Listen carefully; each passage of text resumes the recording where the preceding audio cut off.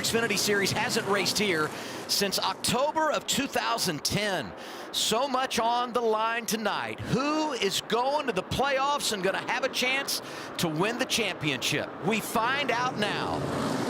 Off of turn 4 and through the restart zone, we are racing in St. Louis in the NASCAR Xfinity Series.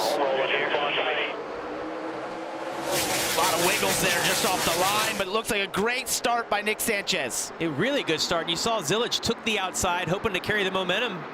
It's like Sanchez might clear him right here on the exit of 2. Leaves Zilich just a little bit of room. Zilich not going away, midway down the back straightaway, side by side for the lead to turn 3. Great side draft there by Connor Zilich down the back stretch. Now he's clear to the bottom if he's able to turn down or just run the high line to exit the corner.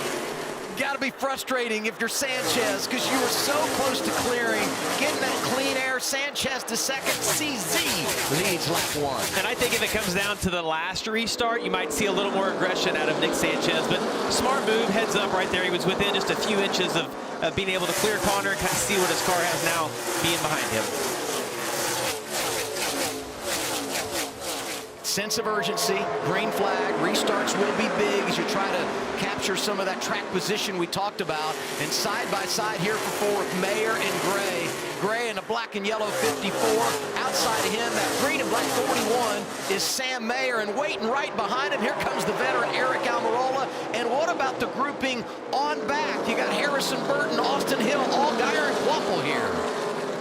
And one of the things I'm seeing here as everyone tries to sort out is that high line is sort of working right now. We saw in Cup practice and qualifying, which was before this race, the track really widened out. These drivers are experiencing that for the first time this weekend, and you're seeing that outside line prevail at times, especially down here in 3 and 4 as Austin Hill is wrapping that curve, Jamie, which you historically want to do. That's what they did in practice. But look at the outside prevail on the exit. Yeah, they prepped this track with what they call a tire dragon, which cleans the track, puts a lot of rubber down. So when the Xfinity cars practiced yesterday, they were the first cars on the track.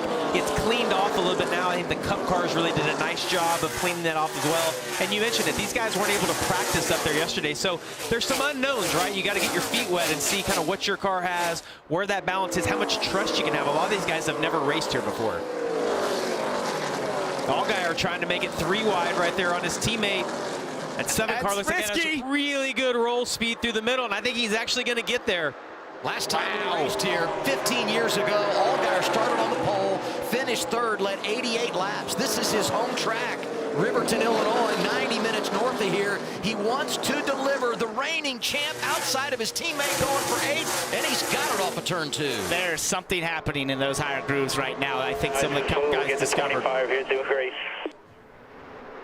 See the 18 able to get by Nick Sanchez. Looked like Sanchez had a bad corner there. Mayer gets to his inside as well. I'm with you though, Parker. It does seem like the top looks really good. A lot of momentum in that area of the track, but those guys just all have to fill it out depending on the balance of your car. This end of the track, we're going to see guys shifting. We saw them shifting even in qualifying when the track had the most grip. So it's going to be fun to kind of watch how these guys break this track down and what they're able to do.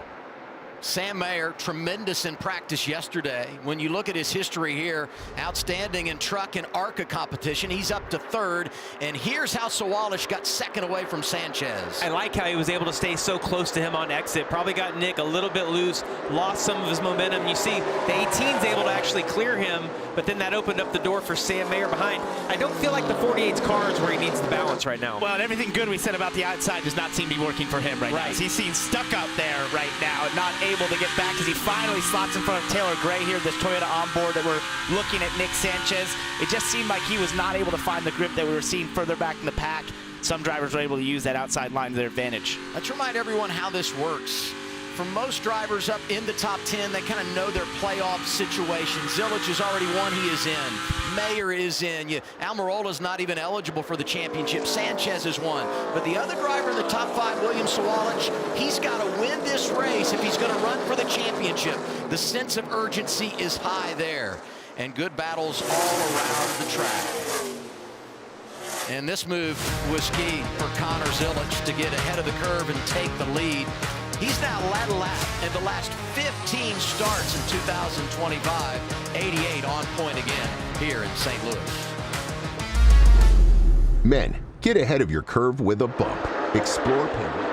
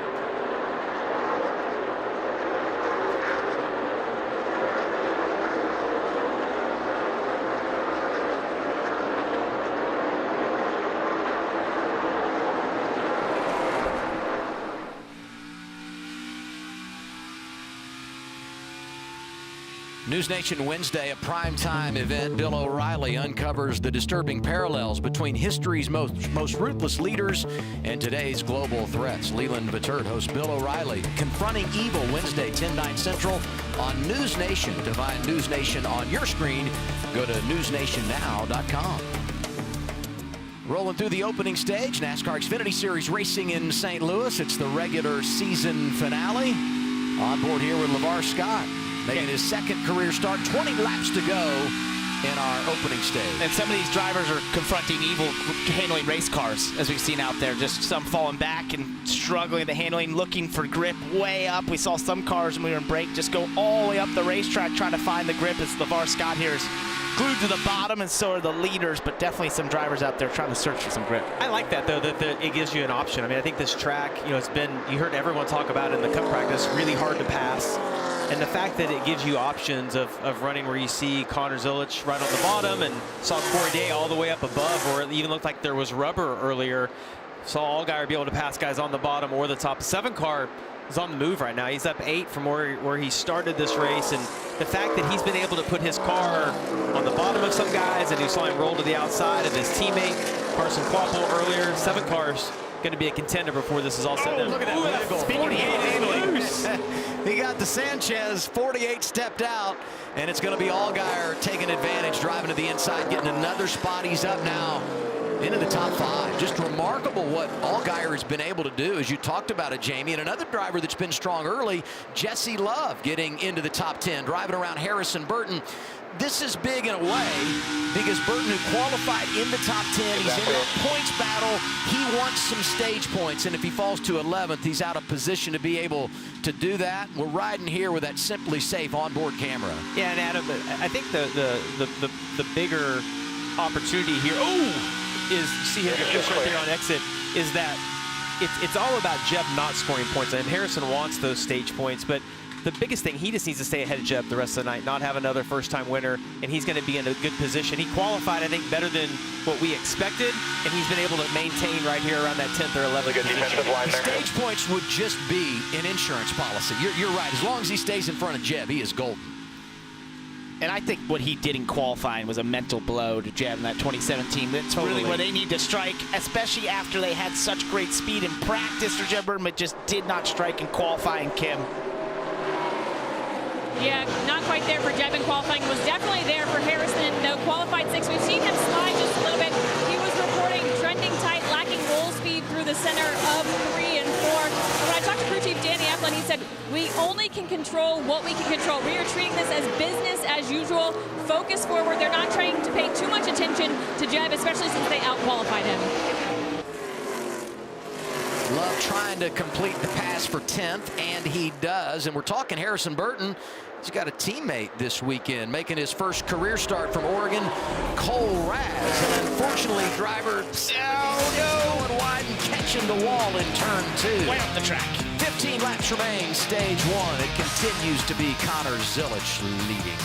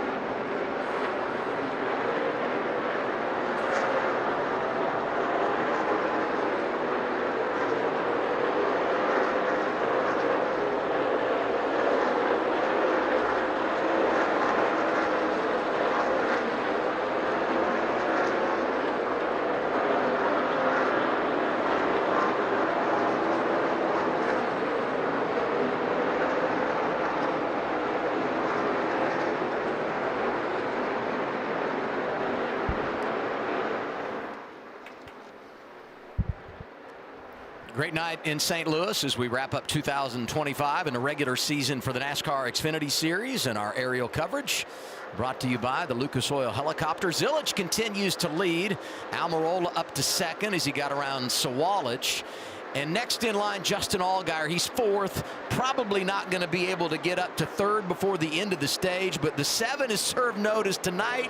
We came to play. Yeah, the line. Yeah, without a doubt, they're going to have to tell Connor, like, looks, I know you've got a couple-second lead on Eric and William right here, but when we do this next stage break or the next caution, 7 cars equal to or a little bit better lap time-wise. It'd be interesting to me to see as Connor pushing it, like how hard is he pushing it, but the fact that Justin's been able to make up all these positions, passing cars, and really not losing that much ground. And in just 28 laps, and this is a relatively short stage for Xfinity Series standards. You know, looking at this race, 200 miles, a shorter race for the Xfinity Series. He has made quick work of each of these race cars and just absolutely fine. It doesn't matter if he has to pass them using the high line or to the bottom. He just seems to find speed and grip, and so that's a mark of a great race car. And as we talk about Allgaier and you look at him, I know that Connor's won 8 races to Justin's 3, but when I think about him for this overall championship, all he needs to do is get to Phoenix. We know how good he is there. I think this track is as close to Phoenix as any track that we go to, and I think if he can get to Phoenix, he's going to be able to give Zilic a run for his money.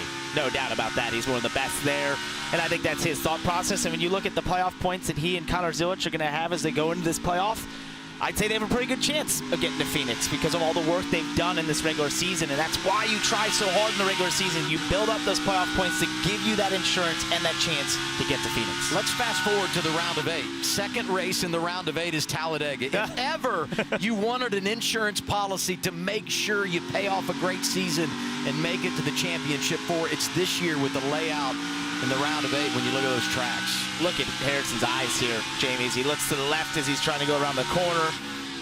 Then he'll look in the mirror occasionally down the straightaway. There's the shift that we see. It's very late in turns 1 and 2 that you get that shift done because you got to let the RPMs and fork drop low enough. Well, and the reason you see him look up as soon as he exits the corner is that as a driver, you know good corner, bad corner. And the thing is, you could have a bad one, but the guy behind you could have a worse, or you might think it's a good corner and they generate a big run. So you listen to your spotter, you let them kind of explain to you what's going on, but it's so nice to be able to look up in the mirror and just kind of verify what you have. I've only had good corners. Yeah, I'm sure. Couple rookies here. One, Carson Kvapil, already locked into the playoffs on points. Christian Eck is going to have to win tonight if he's going to run for a championship. Pretty good day and weekend for the 16. What about how wide the track is? Yeah, you see that? I mean, like, Carson drove in and Christian just went higher than he was. He was already in the second groove. You see these guys have gotten into some lap traffic now. Oh, that's a little tight. It's tight. That's Matt Hills in the 91, making his first start in an Xfinity car in a couple of years. 3 to go in this first stage. Advantage for Zilic, just under a second in front of Almirola. You saw when Matt Mills got all the way up next to the wall there. There's a bunch of rubber and marbles up there that have been developing every time the Xfinity cars have been on track. We've seen that this weekend, and that's a huge risk later in these stages. If you get out of the groove, you hit that, it's going to feel like ice, and the next thing you feel will be the wall. Continuing to watch Harrison Burton and Jeb Burton. Harrison's 4 spots in front of his cousin. Talk about just needing to stay. 25 just needs to stay in front of the 27 tonight, clinch that spot, and hope we don't get a new winner. That would change things. And let's give some love to Corey Day as Harrison continues the slide. 17 making his 6th start of the campaign. The youngster from California inside the top 15. Wow, and you see the brakes on the front of that 17. That was the first thing I noticed. It's not dark out yet, and that's the only set of brake rotors that I've seen glow today, and those look like they're on fire. Now I know I've been spending too much time with you because the first thing I noticed when we saw that car was the brake rotors glowing. Yeah, well, I mean, it's one of the, it catches your eye, and it tells you that he's driving really hard. There's a caution. That'll end the stage. Jordan Anderson in the 32. Fresh off a week where all 3 of his cars finished top 10 at Portland. He was running 29th when he got into the wall. Big time damage here. Yeah, you got to wonder if that's not a tire that went down. We were just talking about brake heat. Yep. See Jordan getting out. It probably has a lot of smoke inside of that car. You think back to Talladega years ago when he had that scary incident. Oh, yeah. He's not messing around here. That's a lot of damage to the right front. So I'm expecting to have been a pretty hard hit there. Like we were talking about, brake rotors glowing. Yeah, that can provide that heat that overheats the right front and cause a failure. from a pole to a ninth stage win for Connor Zilic. He leads them all in this first stint of the race. And that ninth stage victory matches Justin Allgaier for the most this season. Almirola, we talked about, got to second. Sawalich third. Allgaier from 14th to 4th. Sanchez drops to 5th. Other drivers getting points. Mayer, Hill, Love, Gray, and Eckes. Caution comes out. Oh, yeah. Tire down. But the opening stage. Jordan Anderson, you see it here. Hard into the wall, turns 1 and 2. It's the NASCAR Xfinity Series on the CW.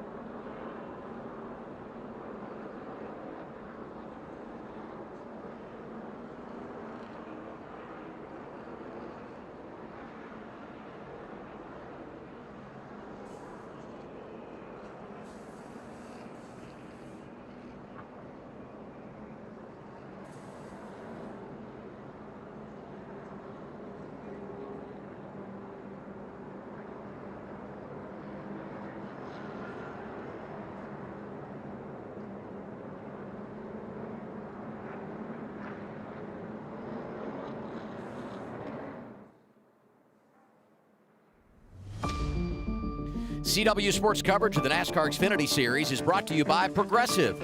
Save when you bundle home, auto, and motorcycle insurance. Visit Progressive.com.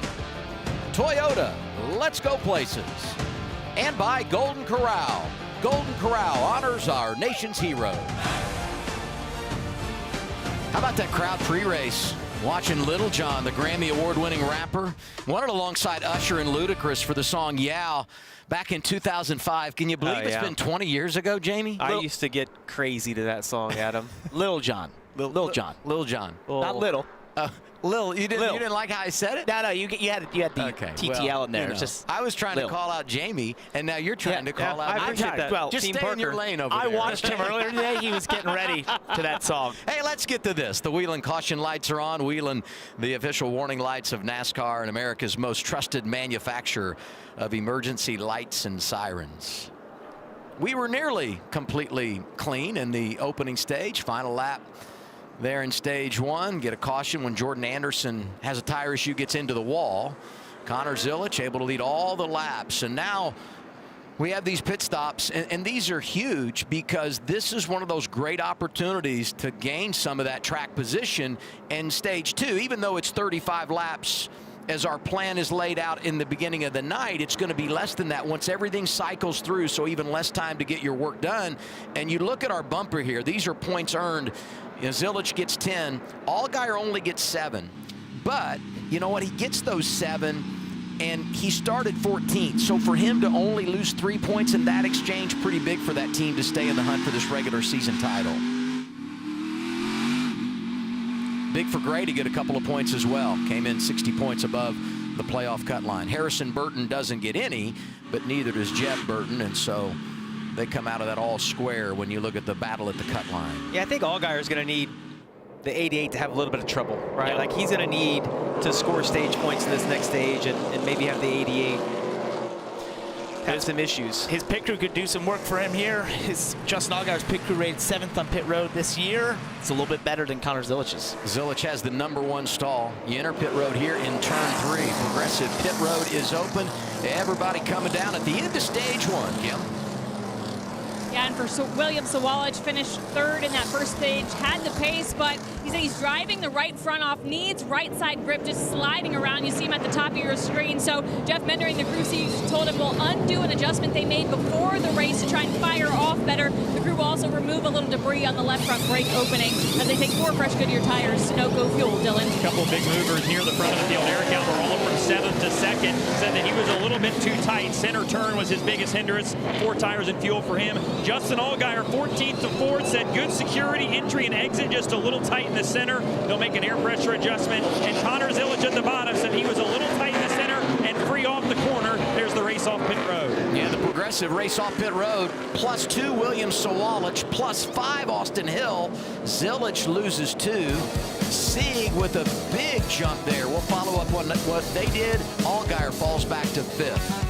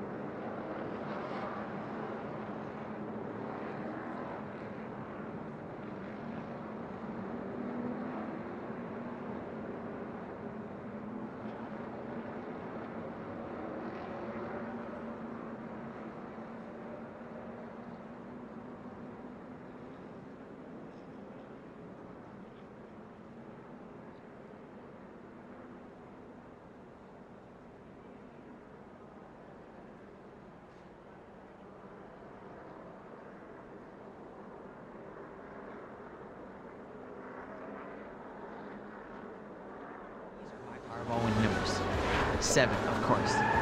6, 16, 8, 5, last but not least, 24, because we won the championship in 24. Presented by Powerball. Head to your local lottery retailer to get in the game today. We now know Justin's lucky Powerball numbers. What are yours? Head to your local lottery retailer to make your picks and get in on the game for tonight's estimated jackpot of $1.8 billion. Emphasis on the B. Carson Kvapil out of the race. Let's get an update there. Down to Kim. Yeah, there were a couple issues with this one car before the end of the caution, or the end of the stage during that caution break. He had talked about no brake performance, couldn't slow the car down. And then after the pit stop, when they dropped the jack and he tried to refire the car, it would not fire. The team kind of inconclusive right now on what the overlying issue is. There's no smell like there was a brake failure, so a possible engine failure. But the team right now pushing it back to the garage to try and diagnose exactly what the issue was. Bad break for him tonight. Good news, he's already locked into the playoffs on points, so he'll be a part of the championship field next Friday night when we get things rolling in the postseason at Bristol. 11th prior to the issue for Carson Kvapil, so he was having a decent night. And had such a hot start to this season, and it just seemed to slip away a little bit here as we got in the summer months towards the playoffs. Not the momentum you want to bring in, but you get a bit of a reset when you go in the playoffs. William Sawalich wins the race off pit road. Great execution by the 18 team. He goes outside lane as the control vehicle. To his left, Austin Hill. Row 2 is going to be Connor Zilic, Ryan Sieg. Sieg gaining all those spots, took 2 tires.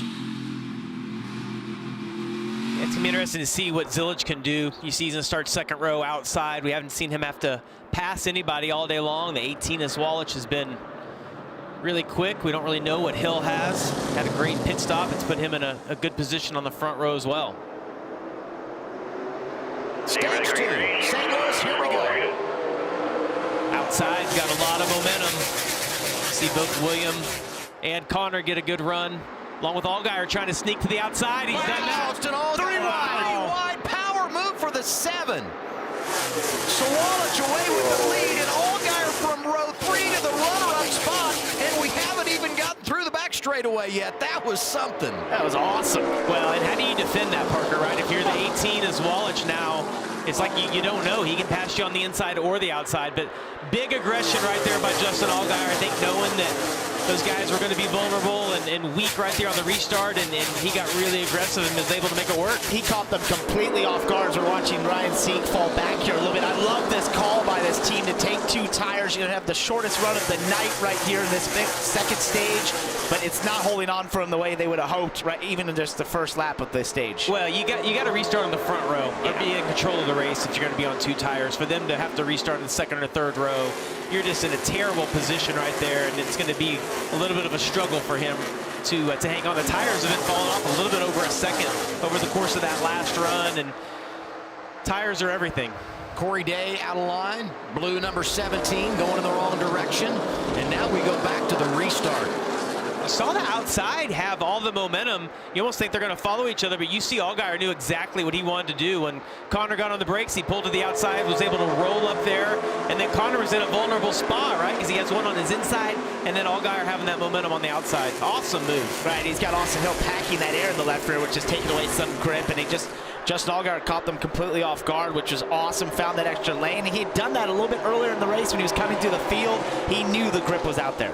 It's going to be tough for Allgaier to win the regular season championship tonight, to come back and beat Zilic, but he wants to send a message going to the playoffs, and he's sending a message right now to the front of the field. Here he is inside of Sawalich. Justin Allgaier started 14th. He now leads in St. Louis, and his teammates coming with him. Zilic can't quite get there, and Sawalich not going away in the outside lane. Yeah, that outside is still has a lot of grip, and you got to be careful if you're Allgaier on the inside right there. And Adam, I'm with you. I think that as you look at the 7 car, it's going to be hard to outpoint the 88 tonight, but if you can go in and get a win, huge momentum for them heading into next weekend. And look at the 88. Struggled right there. Looked like he was going for second and has now fallen back to 4th.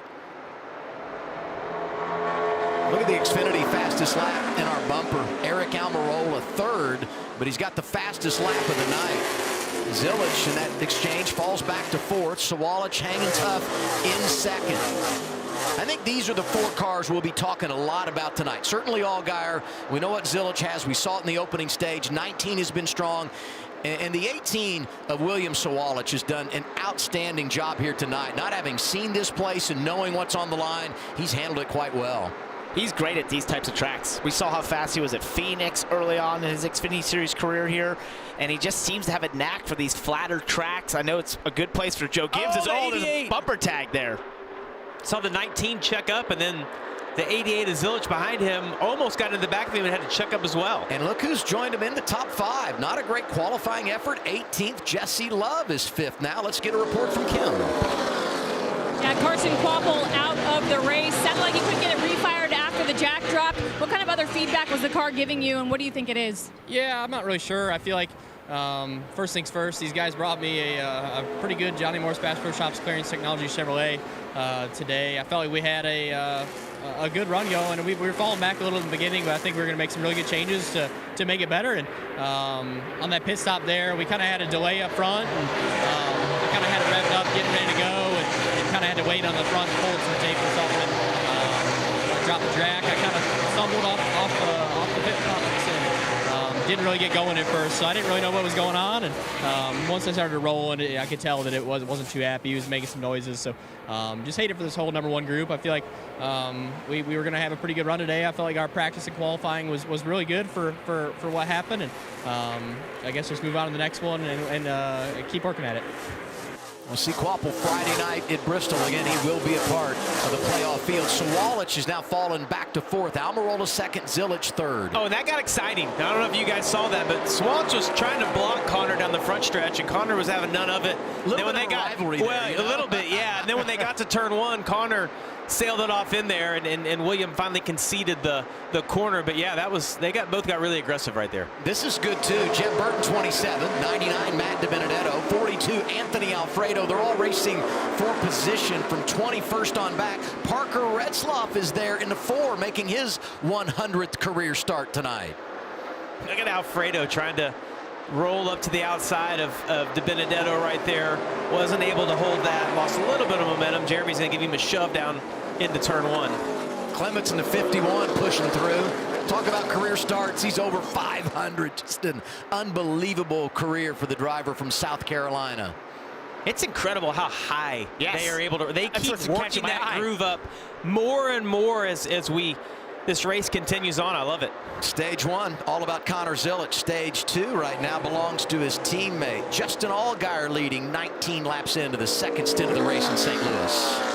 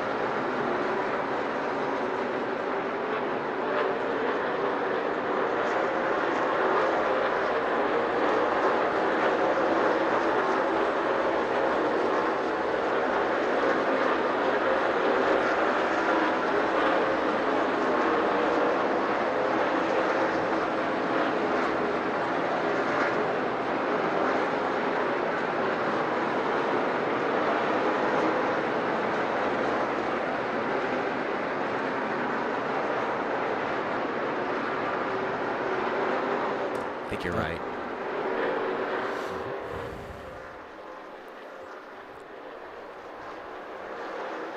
Closed captioning for this race brought to you by Varo, the bank that puts money in your pocket.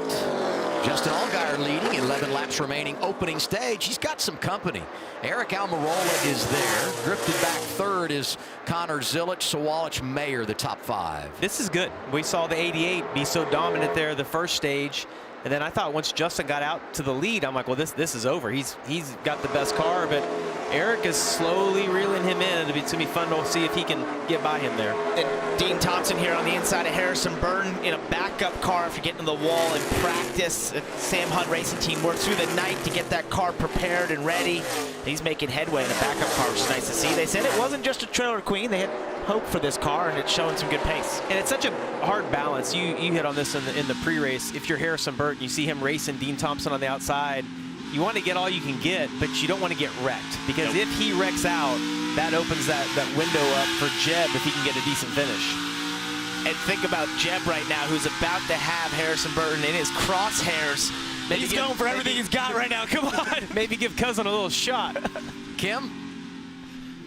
Yeah, let's get a Toyota driver update for Dean Thompson. You mentioned the progress he's made after starting from the rear, now running the 18th position. Parker touched on it, but Dean got to the wall in yesterday's practice, and the damage wasn't so bad, but it was bad enough that they didn't think the car was going to be good. They felt very good about their backup car. In fact, this is their Bristol car, their planned primary Bristol car for next week, so they're hoping to keep all 4 fenders on it. Right now, Dean very happy with the car. They made no adjustments on that last pit stop. Look at this. I mean, you got Harrison Burton, Jeb Burton. Jeb will never lament what happened at Talladega, but now an opportunity to make a statement.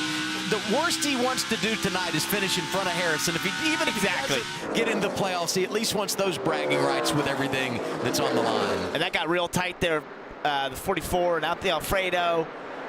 It's Brennan Poole. That Jeb was coming up on the back of Harrison Burton, and then Brennan Poole got between them, and he actually started to fall back here. But he was so close, I thought he was just going to give him a little tap to say, hey, I'm here. Remember me? Right. Remember me? 6th on back, pretty entertaining. Austin Hill, 21. 20 is Brandon Jones. Jones has been good in stage 2. Just behind them, Sam Mayer, who's 8th. Yeah, I thought Sam Mayer, based on what we saw yesterday, was going to be a contender for the win today, and that car just has not had the speed, really, from the drop of the green flag that we expected to see from the 41. Different conditions here tonight as we went to the nighttime compared to the daytime practice. We did have the Cup cars on the racetrack, which laid down all that rubber, which can change things, but I was with you in thinking that Sam Mayer looked so good in practice. It felt like they had a lot of speed, and I just feel like this is the type of track those Fords can do really well at with the way their motors work. Downshifting is usually to their advantage, but it's just not worked out here so far. Look at those regular season points as they run. Right now, Zilich plus 21. He won the opening stage. Allgaier leading here in stage 2, but Almirola's like, look, I don't care what's going on between the two of you. I'm a part-timer. I've won this year. I'd like to win again, and he's just knocking on the door and trying everything he can with that 7. Well, he is, and as you watch it, I mean, Justin's pretty much committed to the bottom. He's letting, Eric have that 2nd, 3rd groove. Eric's just not able to roll in and carry enough speed through the middle, and you see Eric kind of switching it up as well. It's almost like for the 19, you'd like to see him get his whole car out of there and get enough air on it to make it turn, but just can't carry the momentum he needs. The right side of your screen there, Jeb Burton just got super sideways on the inside of his cousin Harrison as they race for that final playoff spot. He's trying to clear him, and that's a little victory. Yeah, but he's kind of forcing the issue right there, I think, a little bit. If I'm Harrison, Let him go. Yeah, exactly. There's no real fight there. He's not going to get any stage points here, so you're going to exit the stage the same place you were coming into the race, basically, with that advantage at the cut line. But here's where the focus needs to be now. 4 to go in the stage, and Almirola's there, looking to the inside. Yeah, and he got Justin loose down in turns 3 and 4, was able to pack a little bit of air. Then Justin missed turns 1 and 2, but I think clearing him might be a little more difficult. You see the 19 gets loose right there on his inside. They're touching on each each other off of turn 4. Allgaier got the lead on the restart in the stage, led 20 laps, but it's anybody's guess who's going to win stage 2. 3 to go, 19-7 trading blows at the front. What do you think? Does 7 need to give him more room there? You think the 19 just got loose? 19 came up for sure, just got loose. They were way above the bottom. I mean, look at this lap traffic, and Zilich is starting to get back into it now. Well, and that was the thing. When they got down to 3 and 4, I thought that the 19 was going to have a hard time clearing because of all that lap traffic in front. But no doubt, you see right here, 19 on the inside. You see a car start to wiggle. Yeah, goes up the track just a little bit. Both of them out of the throttle. And Eric just did the same thing off of 4 this last lap. As you look down the bottom now, full picture here, that basically just keeps getting that little bit of a wiggle on the exit of 4. He's been doing that wider line into 3 and then trying to get the run out of 4. But he just keeps getting loose on the exit of 4. See the lap cars getting out of the way of the 2 leaders right here. That's going to be great for Justin because now doesn't really give the 19 a lot of options. 53. One more ahead. Joey Gase making his 300th career start tonight. And I think based on the balance of the 7 car, he's willing to give the 19 the inside, knowing that he can cheat it down just a little bit. I got to assume the 7's maybe a little bit tight, just not able to roll the center. We haven't really seen him be as free on exit as we have the 19 car. Final lap, stage 2. Allgaier from row 3 on the restart. Power move to the outside, able to jump to the race lead. Had an anxious moment with the 19 of Eric Almirola, but he's able to hang on through turns 3 and 4 for the final time. And Allgaier hoping to collect his 10th green and white checkered flag of the season. And he will, and he's back to being the best in that category after Zilich tied him at the end of stage 1. Allgaier gets the victory. Almirola is second. Zilich, Sawalich, and Love your top 5. Other drivers up there in the top 10. Hill, Brandon Jones gets some points. Same for Eckes, Sanchez, and Sam Mayer fell back to 10th in the running order. A very entertaining stage 2 in St. Louis. And it's the junior motorsports teammates that have owned the night. Stage 1, Connor Zilich. Stage 2 to the Illinois boy, Justin Allgaier.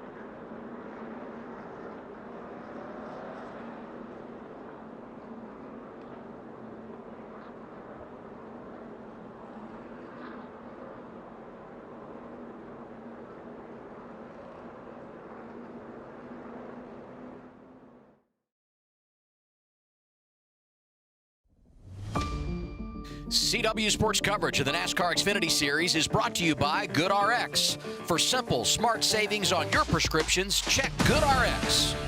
And by Credit One Bank, NASCAR American Express Card. Stage 2 complete in St. Louis, and the wheel and caution lights are on. Wheel and the official warning lights of NASCAR and America's most trusted manufacturer of emergency lights and sirens. Allgaier wins the second stage. Pit stops coming up. And now we make a pit stop in the studio. Here's Carla Metz.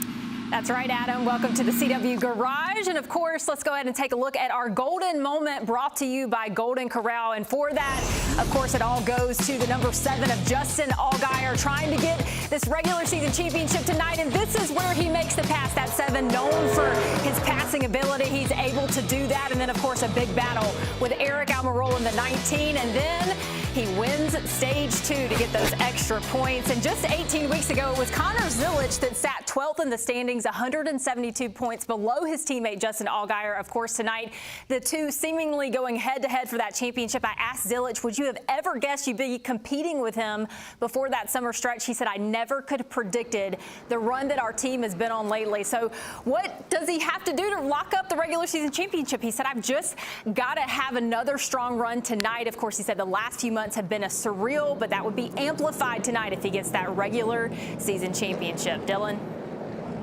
And Carla, as we get ready to make pit stops here, this was the radio traffic on the 88 of what changes to make track position on the forefront of the driver's mind. Take a listen. I don't know. I'd rather have a faster pit stop and try and get the lead and hold on to the lead. It's really hard to pass. I like that they're being put in this position, because if you go out and you lead every lap, you maybe don't gain the knowledge or the experience for the playoff run when you could face some of these challenges when you lose a little track position. So this is probably good for them in the long run. It is, and if you think back, the one weakness we've seen out of Connor Zilisch in that 88 this year is at times he's been put back in the pack, damaging that race car, not being able to drive through the pack. So it's good for him to have these experiences of not just being the most dominant car, as you mentioned. Pit road huge in the first cycle at the end of stage 1. I'm sure it'll pay dividends for someone here as well. Progressive pit road is open, and it's about to get really busy. Here's Kim Kuhn. Yeah, Williams Wallace coming off that runner-up finish last weekend, hoping to back it up with another top 5, maybe a top 10. Great summer for this team, though. This run, he said, really tight to start the run. Then it came to him. 1 and 2, though, the fronts were still chattering at the end of the run and killing his drive. 3 and 4 were a little better. You see that chassis adjustment to free him up. Little free off, though, 3 and 4. Overall, though, that adjustment to loosen him up, Dylan. Eric Almirola, the 19, said he was still tightened a little bit on the splitter. He'll change 4 tires and fuel. Justin Allgaier said he was really good, but just loses center cut on the long run. They'll make another air pressure adjustment. And we heard the radio from Zilisch. They couldn't decide whether they wanted to loosen him up or tighten him up based on Connor's feedback. Not sure what they ended up doing, but they got the pit stop they needed and the track position at the end of stage 2. +2 for Zilisch. He gets the lead back in the race off Progressive pit road. +2 again for Sawalich, who's second off. Allgaier goes 2 in the wrong direction. Austin Hill gains a couple in front of his teammate Jesse Love. Final stage coming your way next on CW.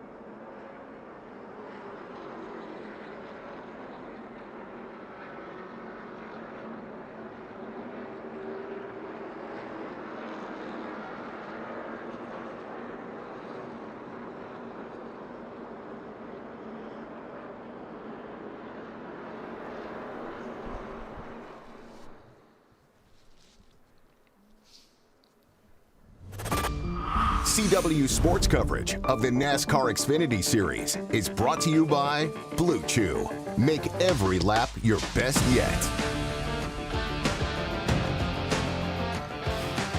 Tomorrow, the PBR Camping World Team Series takes over Anaheim. The best riders, the toughest bulls, and the battle for team supremacy happens right here on the CW. Don't miss the PBR Camping World Team Series from Anaheim tomorrow, 4:30 Eastern, 1:30 Pacific, only on CW.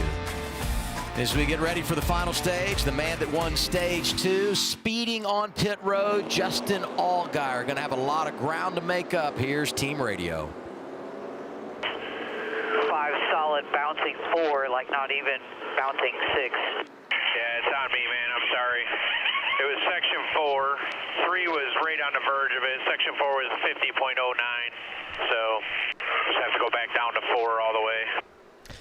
And what they're talking about is the lights there, Jamie, obviously, which is the lights on your tack that kind of you reference as your pit road speed. You do that run through before the race and try to get an understanding if your lights are correct, and that's why Jim Pullman, his crew chief, said maybe on us because they didn't quite catch that on the run through. They couldn't run 5 lights. They had to run 4 in that section. He was going to have to finish 22 positions in front of Zilich at the end of the night to win the regular season championship based on the way things played out there in stage 1 and stage 2. Going to be almost impossible now.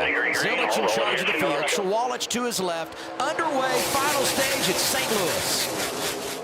Jesse Love getting aggressive in that red and white number 2 on the restart. His teammate Austin Hill looking to the outside. 3 wide off the corner. Yeah, Williams did a good job of leaving some room right there for Jesse Love, and Jesse Love ended up backing out a little bit. But I think it still put William in a decent position being on the outside. We've seen there be a lot of momentum there for those guys. And he tried to block there. He saw and reacted to what Jesse Love was doing, but just couldn't get there quick enough. And now, as you mentioned, on the outside, it looks like Jesse Love is going to prevail on the bottom, one of the best passers in the series in 2025, and he has his sights set on Zilich. But this race has just the dynamics changed with every stage and every pit stop we've had. We saw Zilich kind of dominate early. Then we saw his teammate Allgaier. We saw Eric Almirola be really quick.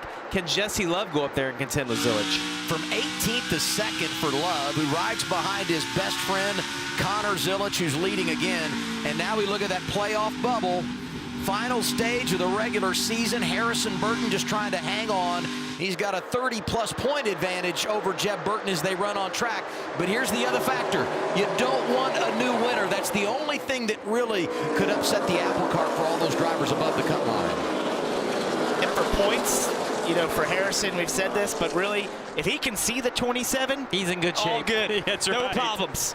Yeah, but I would say, I mean, if you're Harrison Burton, it's William Sawalich that you don't want to see win this race. As you look at the players in the top 10, that's the one guy that, if he wins, it could eliminate him. You know, we were talking about you just want to keep him behind you.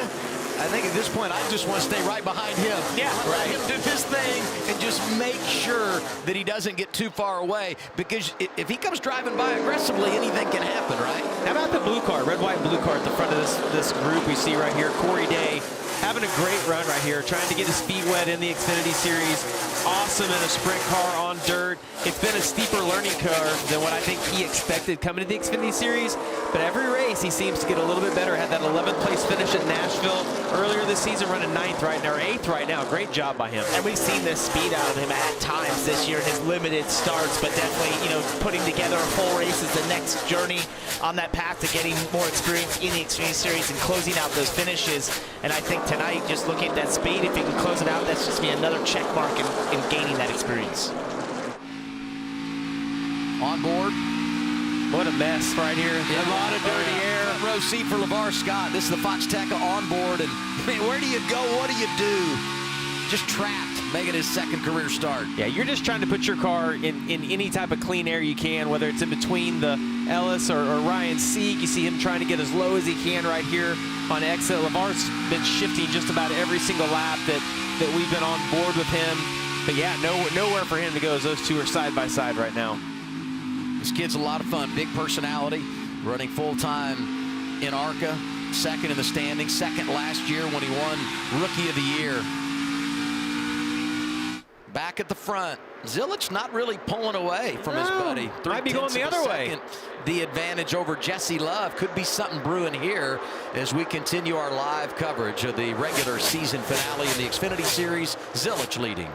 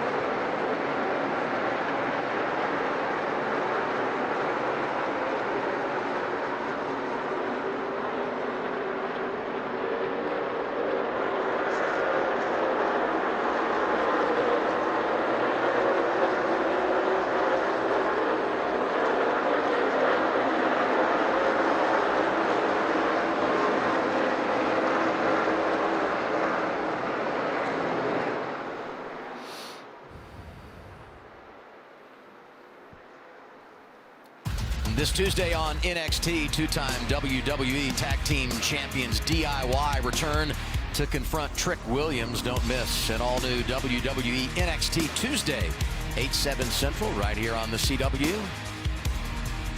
I think Love and Zilich would be a good tag team. I mean, they're buddies. They get along, and they're not afraid to fight, either one of them. They'll go after it. No, and they got the YouTube show they've been doing. Yes. Different challenges was put wrestling in there for sure. We were selling Love's hanging around. But really, just in the last 3, 4, 5 laps, Zilich has started to put little distance between himself and the man in second. Almirola was able to get around his teammate William Sawalich, so moved the 19 up to third. I think we're going to see Ryan Seat get the wall here. Locked it up. At that right front. Oh, no. He's going to get in the marbles. You see the car get sideways. It loses all the grip. Got it slow. Good job gathering it all back up. Look at it from onboard here of Lamar Scott. Nice drift. Little tap of the wall. Move on. By the way, happy birthday, Lamar Scott. Celebrating today, making his second career start. Great birthday present. Getting a race in the Xfinity Series.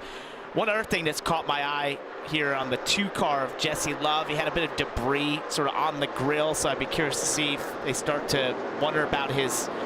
See, it's still there. Yeah, it's still there. Basically, you see that clear film across the front of the race car, so just something for that team to be paying attention to if those temperatures start to spike. Don't worry about it. Just drive to the 88 and engine will blow off. Well, there you go. There's my Easier answer. said than done, right? Just Thank go you, Danny drive up to Stockman. the 88. Danny Stockman's listening to our broadcast, obviously, and got our answer. Well, and if he thinks it's an issue, if he can't catch the 88, what he can do, he can slow down, let the 19 of Eric Almirola pass, and get in behind him, and most likely he would be able to get off that way. You just don't want to give the track position. But if I'm Stockman, and I want to know what the temperatures are, partner, because if it's not too hot, then the next pit stop, when I get that off, I'll put a little tape on. Well, what I'm thinking is if I see that and you start to catch the leader, I'm like, oh, this is perfect. Thank you. Thank you for the extra downforce, because blocking off that grill just creates more downforce, puts more potential in the race car. It's free grip, free speed. Well, and you said pit stop. Everyone is going to have to make a pit stop in this final stage. You can't go all the way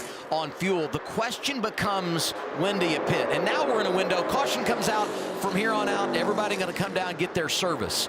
If we don't get a caution, you start thinking about, when would you pit under green? Do you run as far as you can, or do you try to split it up, play some games with the strategy, and try to make up some ground by making good on those tires? You know, if you're a Cup Series crew chief, the way you tackle this is most likely split this stage, because it's going to probably be the fastest in terms of analytics. And when it tells you you're expecting a long green flag run, being the Xfinity Series, knowing we've had some tire issues, that's a risky proposition, because if you pit, you're going to go a lap down. You could be trapped a lap down. I think a lot of these Xfinity Series teams will just try and push this as far as they can in hopes that you get a caution. It depends on who you are, because I think if you're William Sawalich and you have to win to get in to make the playoffs, do you take a chance? I would guess we're going to get a caution, but that might be his only play tonight to be able to win and make the playoffs. So that's a risk they're going to have to be willing to take.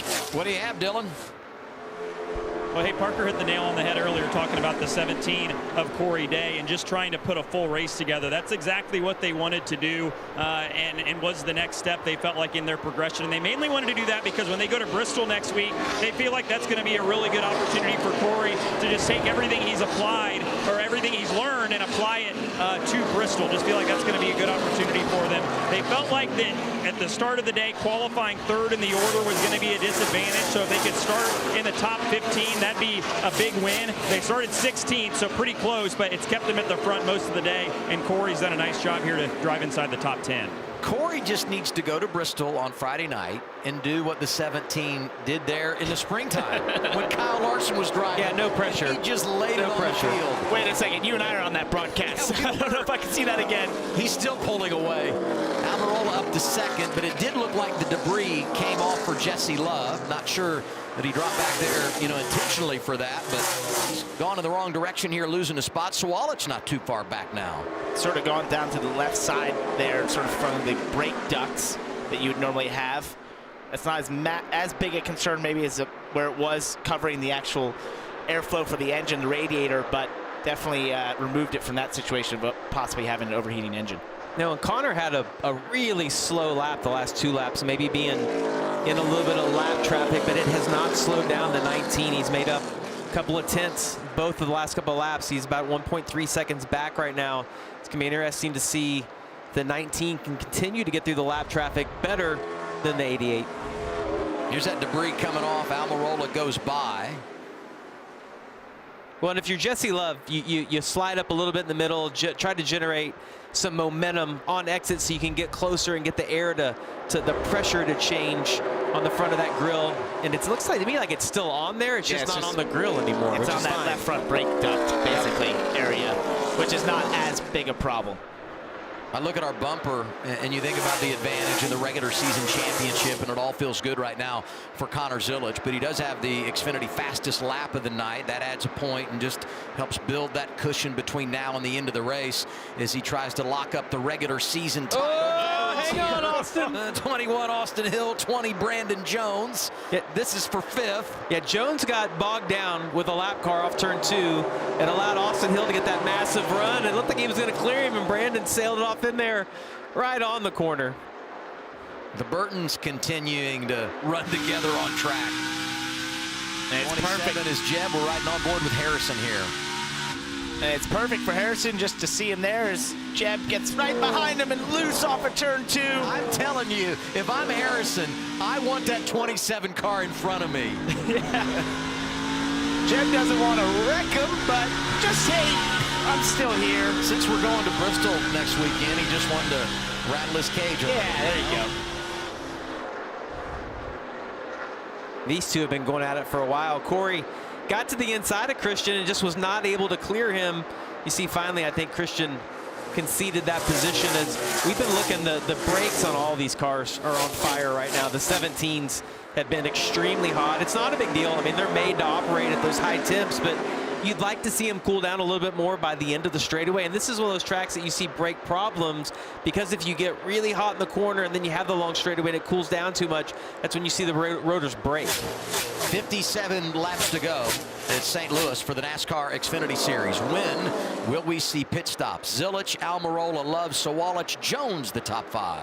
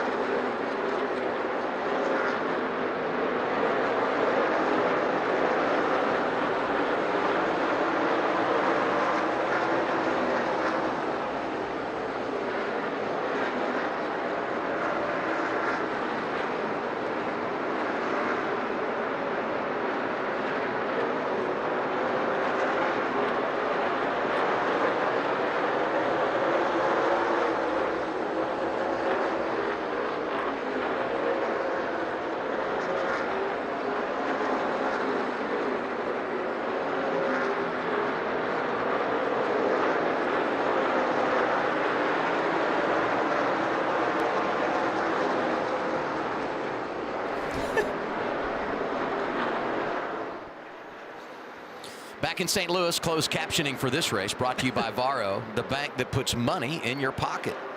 Connor Zilich leading, and he's got a stranglehold on the regular season championship, and we're going to get a caution. Second for incident tonight, and that's Jet Burton, who's been in the wall.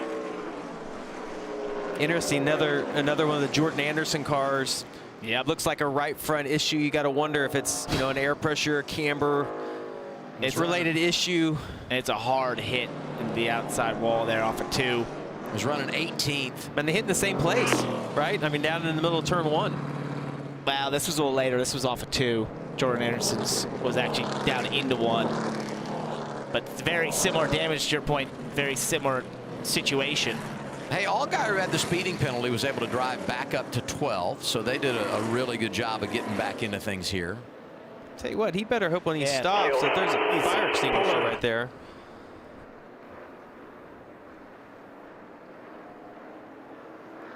Man. This fire's erupted in a hurry, and you can see it there under the hood. Yeah.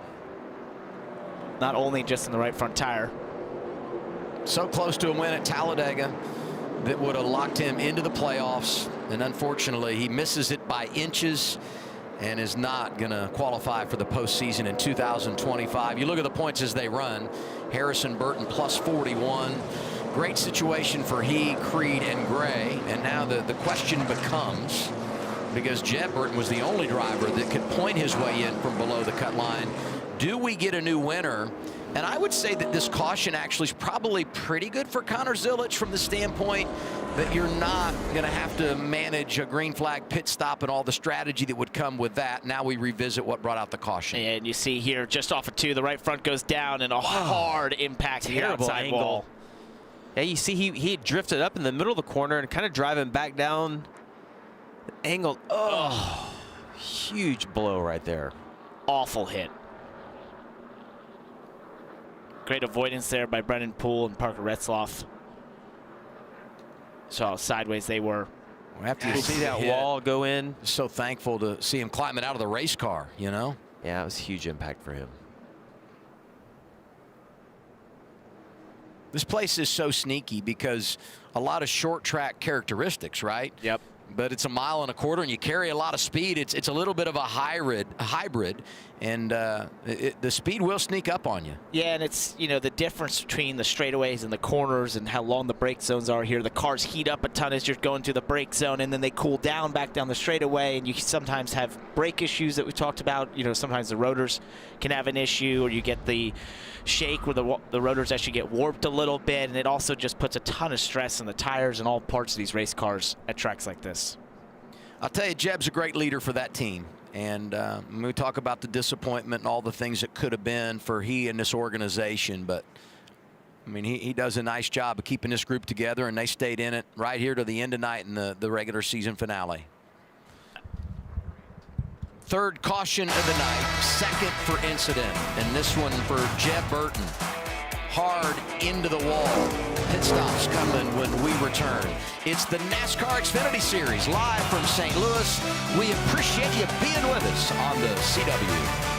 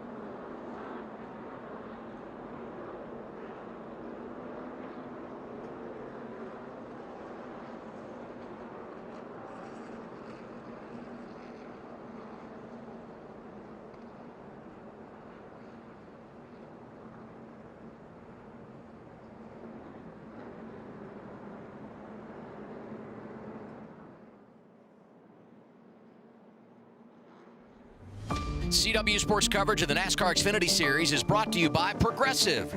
Save when you bundle home, auto, and motorcycle insurance. Visit Progressive.com. And by Toyota. Let's go places. Caution is out midway through the final stage at St. Louis. And Sheldon Creed has clinched a playoff spot with his performance here tonight and the advantage he had above the cut line coming in. So 10 drivers have now locked up a playoff spot. 8 have done it with victories, 2 on points, 2 spots remain. I'll tell you, Taylor Gray is in a great position regardless of what happens. And Harrison Burton pretty good too, as long as we don't get a new winner. In fact, both those drivers will be in as long as we don't get a new winner tonight. Progressive pit road is open. Huge stops here. Got to execute. Zilich leading them in. Here's Kim. And Adam Williams-Sawalich's crew has done a fabulous job all night, gaining them spots on both of the previous 2 stops. They'll look for a fast and clean stop here right now. William complaining if he could just get a little help on the exit of 2. He thinks it'll be better. Just tight, can't finish the corner like he wants. Also lost rear grip on the run, so they will free him up just a little bit as they put on 4 fresh Goodyear tires. You saw that chassis adjustment, Dylan. Eric Almirola felt like they'd taken rear lateral grip away, and also just felt like the car's starting to tighten up again on him that run. 4 tires, maybe an air pressure adjustment for him. Jesse Love was battling a loose end in a very tight race car. Also had no brakes at the end of that run, so they were telling him to work on his fans. Connor Zilich said he's as good as they've been all night, and vetoed Marty Lindley wanting to make a chassis adjustment to potentially tighten them up. Zilich is happy in the 88. Yeah, 88 hold serve on the pit lane as they exit Progressive pit road. Almirola comes off behind him. Under caution for the 3rd time tonight, and it's for Jeb Burton. Hard hit ending his night here in St. Louis.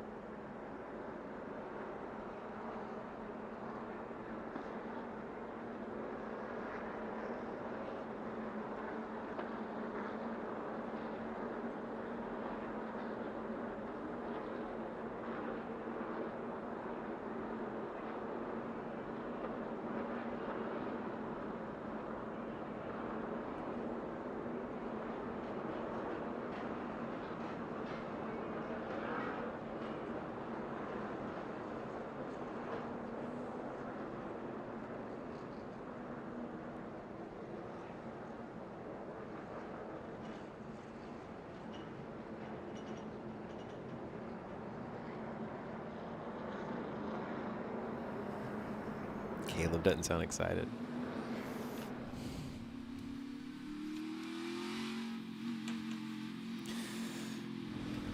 How great has this CW Sports Saturday been? We're talking about 3 football games. Started in the ACC at noon today. Had more football on at 3:30. Right now it's the NASCAR Xfinity Series. And when we're done, more football. San Diego State, Washington State. It comes your way next on the CW. These Saturdays this fall going to be outstanding with all the NASCAR will bring to you as we run toward a championship in the Xfinity Series. And, of course, lots of college football in the ACC and Pac-12. Brandon Jones on low air pressure. Sparking. Yeah, as he's swerving back and forth, you see the splitter dragging on the left side of that car. They put themselves in a great position right here, though, on late race restart. All these cars have been doing that all weekend long. That's how these cars make grip. All those left sides just dragging the ground, basically. Do the choose here. I think it's a no-brainer. Zilich going to take the outside. That's what we've seen from the front car all night long. But Almirola going to start on the front row for the first time this evening. Jones goes outside with Zilich. And as everyone does the choose, let's reset things for this final run of the race. Zilich, unless he has a problem, is going to win the regular season championship. Although Allgaier's done a great job coming back from the speeding penalty prior to the choose, he was 11th. And Jeb Burton was the only driver coming into tonight that was below the cut line that could point in. He's done for the evening. So now if you want to upset the playoff cut line, you're going to have to win. And I look at drivers, you know, that would have a chance to do that up there. You know, we've talked tonight about Sawalich and Eckes. Those are a couple of the drivers in the top 10 that have been in the game, but boy, it's a long way to get to the front from where they are with only 41 laps to go. Yeah, a couple things to watch right here as we come to the restart. Does the 19 have enough short run speed? I feel like he's maybe had a little bit of a better car than Connor on the longer run, but does he have the short run speed, clean air on the front row? The other thing to watch, I saw Allgaier took the outside, going to be like 5 or 6 rows back. Without a doubt, we will see him make it 3 wide down in turn 1. And keep an eye on Jesse Love. He was aggressive on the last restart, diving in the bottom down into turn 1. He might want to try that move a second time. Connor Zilich has won the last 3 races, 6 of the last 7. 2 3-race win streaks in the last 7 races. And he's in control tonight. Will this be the final restart? It's been a clean race. 88-19 front row. Here we go. One more time in St. Louis. See big help from the 2 right there. There's a checkup back in the field as well. Doesn't look like anyone got together too aggressively. Advantage outside lane off of turn 2. 19 of Almirola not going away. Connor Zilich trying to pull down, but not quite clear. 19's going to have to side draft here a little bit. You see his teammate Brandon Jones gets to his outside. Oh, there it goes up the track. Opens the door maybe for Jesse Love. He's still trying to catch it. And Almirola dancing all over the place off the corner. Corey Day out of line back there. He and Hill might have had a moment. Well, they've got the whole field chipped up with the 19 not having the momentum he needed off of turn 4. And if you're 3 or 4 rows back, all of that accordion effect happens. I can't believe they all made it out of that. And Connor Zilich says thank you very much. See you guys later. This whole restart, just the last stints to restart, has been so jumbled up throughout the field because there was a bit of checking up as we came to the green, and then you saw what happened there, which checked up the field further here in the top 10, so they're all on top of each other. This is the restart on board Lamar Scott. He got in the back there, the 70.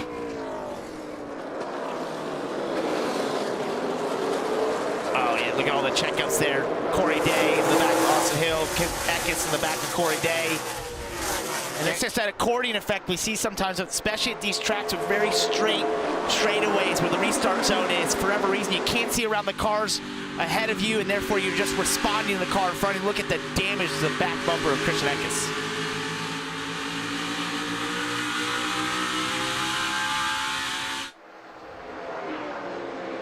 See Allgaier right there trying to get to the outside.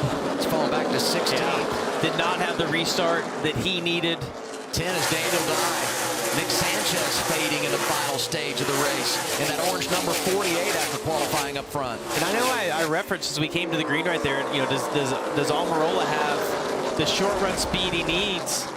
See a little replay here of the 7 and the 48. Like a tight the wall right there. 48 had a huge run on the outside.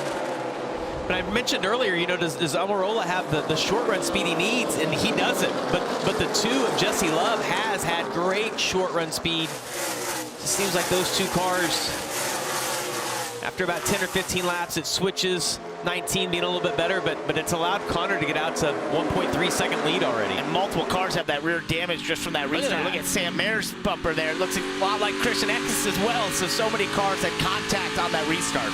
Let's go to Dylan at the Care Center. Yeah, Jeff Burton has been checked and released. Any warning or indication that that tire was having issues before it let go? No, Dylan, not really. You know, we struggled a little bit on the short run today, but our long run speed was pretty good. So just hate it for my guys. Wanted to not get a DNF, but it was kind of out of our control. But that was a hard hit. Definitely didn't feel good, but appreciate my guys. Appreciate Underlaw and all the Bomberito Autosport guys that help us. And yeah, it just sucks, but we'll go into Bristol next week. Thanks, Jeff. Glad you're okay. All three Jordan Anderson cars top 10 last week at Portland. 2 DNFs for him here tonight. Tough break for that organization, but no doubt, as he said, they'll reset, be ready for Bristol on Friday evening. Sammy Smith almost had a mega moment down in turns 1 and 2. It looked like he either had a little bit of a lockup, but got high in the corner and slid all the way up to the wall. Was able to gather it up. Been a quiet day for that 8 team. Haven't said his name much at all. Didn't qualify where they wanted to, and has not said much in this race. 28 Kyle Sieg, good little push from Harrison Burton. This might not be so quiet. 3 wide's not good here. Dean Thompson, 26. The meat in the sandwich. That 44 is Brennan Poole. And Jeb's got a little bit of, Harrison's got a little bit of freedom right now, right? Knowing that Jeb's out, so like it's allowed him to get a little more aggressive here. Well, I think it changes the mindset for that team a little bit to, hey, we don't want to have a outside the top 20 day going into the playoffs. They want to go and get a good performance, have that momentum right now. And I know they've been trying throughout the night, but definitely kind of, if it opens up the ability to be more aggressive, go after it. You want to get the best finish you can and try to have some momentum heading in the playoffs. Look at this. I mean, you know, Sheldon Creed is 5th. And he's got a little company here from William Sawalich, but the 00 has done an outstanding job. Didn't qualify great, but has driven his way up inside the top 5. If you're just joining us, he did clinch a playoff spot with his performance in stage 1 and stage 2. You think about his average running position, 11.6. Remarkable that he's running 5th late in the race at a place where he's won twice in the Craftsman Truck Series. Yeah, we haven't really talked about him because he hasn't been up inside the top 10, but they've gotten the 00 to have really good speed here in this final stage, and we talked about his teammate Sam Mayer. We thought he was going to have really good speed, but well, we said he had some freedom, and maybe he stepped over the line. 2 cautions in this final stage, and both for drivers named Burton. The first for Jeb, and now Harrison goes around running 20th. Yeah, but no damage to the 25 car. You look at that. Yeah, and I think the 44, Brennan Poole, got into the left rear here when we get a replay. And I think it goes to what we were saying. Once you're not worried about the point situation, it's, I want to run better, right? And if you look here, the top of the screen, out the middle, just Brennan goes up the racetrack a little bit, gets into his left rear, spins around. And as you mentioned, Jamie, got away with it. No damage. Yeah, it almost looks like, yeah, 44 just slid up the racetrack there a little bit in the middle. Those guys being too wide, 2 rows deep. They had been having quite a battle for the last 7 or 8 laps, going back and forth. You hear Harrison stand on the throttle to keep it from backing into the wall. Like I say, a lot of cars had to go around him. I don't think there was any damage at all to the 25. And whenever you're in that position, as you spin it around, you're thinking, don't hit me, don't hit me, don't hit me. And thankfully they didn't. Here's Brennan Poole's radio. I thought he was going to stay in the second lane and turn down. I was already in there. I couldn't slow down anymore. Yep, I mean, that's basically the way that we saw it. I don't think Brennan meant to do anything intentional right there. The track's so wide. I mean, you're not guessing where those guys are going to go, but because there's so much room, you assume they're going to leave you just a little bit more. And I think one of the things that Harris was doing was sort of that diamond line that we've seen throughout this weekend. It's a little bit of higher entry, then you turn back down and get a cleaner, straighter run off the corner. And Brennan at the same time was sort of doing the natural line on the bottom, sort of going up the racetrack, and they just met there. Obviously, as you said, I don't think any of it was intentional. Isn't it great for this team, though, and you think about where they've come throughout the season, You can have something like this happen in the final race of the regular season and still have the insurance that you need to make it into the playoffs. It's just been remarkable. And hey, I go back to Daytona, and it was all right there in front of them to throw it away. And this happened early, and you're like, oh my gosh, the unthinkable. The comebacks they've had both at Daytona and then again last week in Portland have been remarkable to get them that insurance policy they have tonight. And that has been amazing that they've just found ways to not let these moments and these issues be more detrimental than they have and been able to recover from them. And this is a sight that we saw last week in Portland getting spun out basically. But, you know, the Daytona situation could have been an absolute disaster. Portland, I mean, the recovery they had there, I think at that day, the 27 being down to the top 10 probably thought we got them, and they didn't, Kim. Yeah, and Austin Hill just complaining about that car. He said, I can't touch throttle or anything, can't do anything with this car. Worst it's been all day, so they will look for some slight adjustments. You see the chassis wrench going in right there. And then as we talk about Harrison Burton, that spin out on the radio, he did ask, was that his fault or did the 44 Brennan Poole wash up? They told him he washed up, it was not your fault. But Harrison's response was, we have to execute better. We cannot be running back here. We have to be contending up further. Can't get in other people's messes.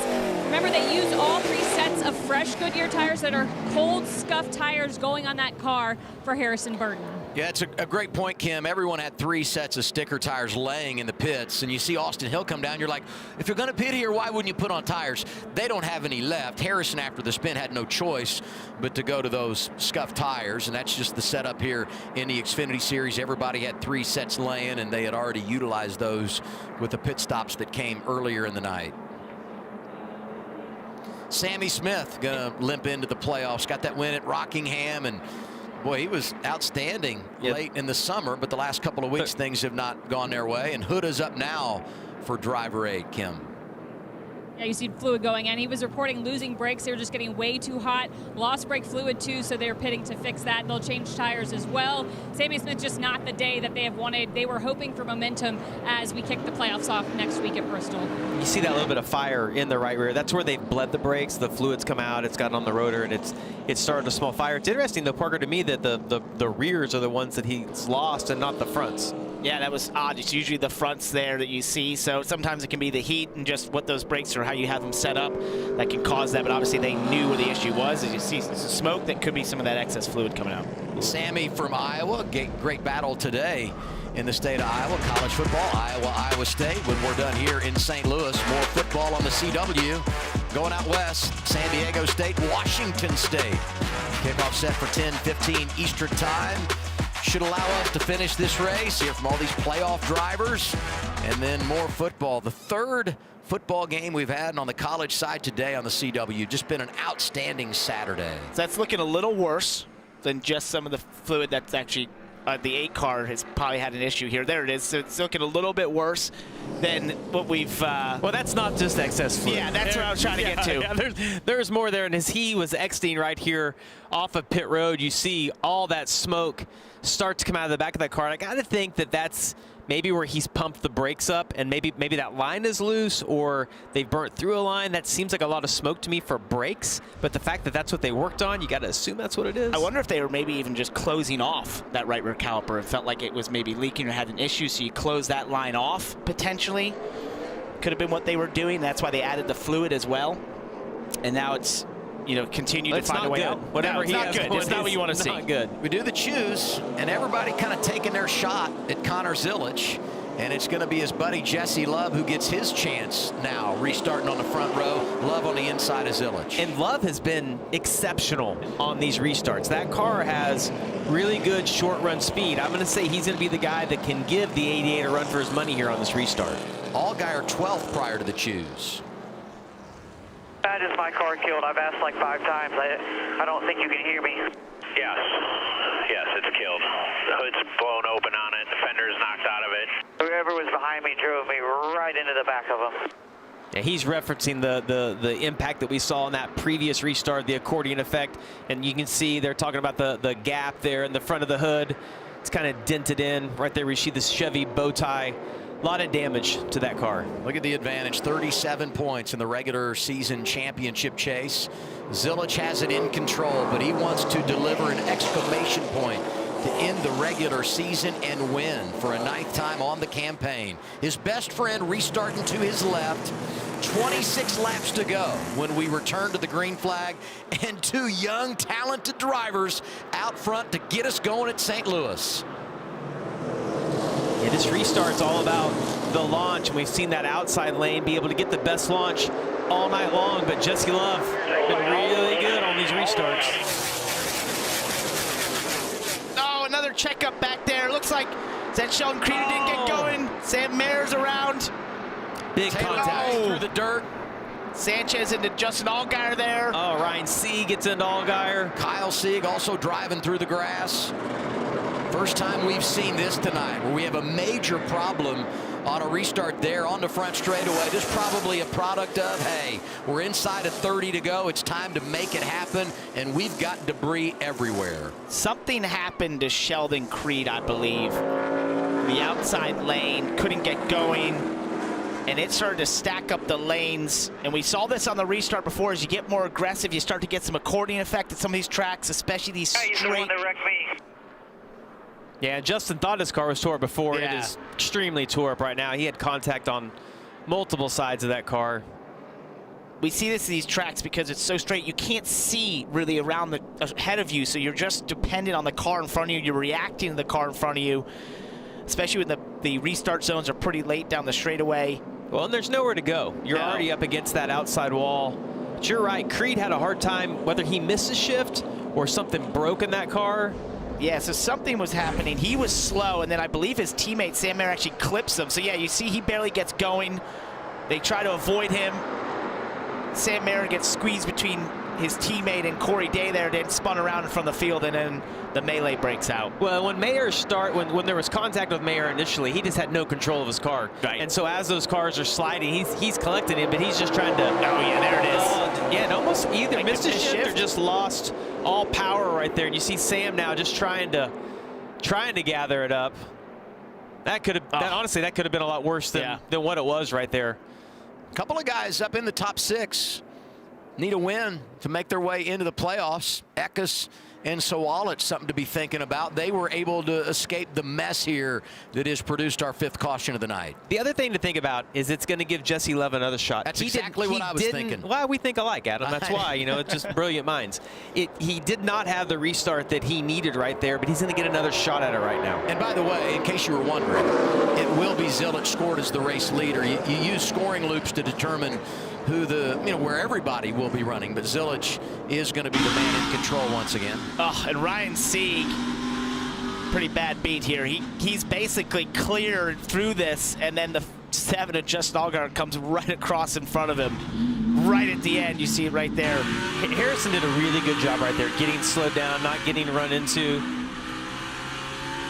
You see, it's almost 2 wrecks. There was the first wreck, and then everyone thought they were clear, but they didn't realize that Mayer was out of control from the contact he had in the front of the pack. So we kind of had the initial contact. They thought they were through it. Yeah, Corey Day, he just had nowhere to go right there. 9 cars involved in the crash. Day, after the contact, able to drive through. Hemrick got a little piece of the action in the 11, but he too was able to escape. And look at that. Oh, like he was clear, and it just fell right in front of him. Let's take a listen to Sheldon Creed's radio. I had no third gear there. Third gear is gone. So what he's referencing there is when he went to shift from 2nd to 3rd, it's not that he missed a gear, it's that when he went to put it there, there was just there was no drive in that gear. So you lose your momentum, and he probably went to 4th or went back to 2nd just trying to find something, but you've lost all the momentum you have, and everyone behind you was working properly. And it's really, it's frustrating to be in that position, but when you're Corey Day, you just aren't anticipating that. See the drivers involved. Some got it worse than others. We said 9 were involved. We'll update that to 10. Caution number 5 comes on a restart. It'll be right around 20 to go when we're racing again in St. Louis.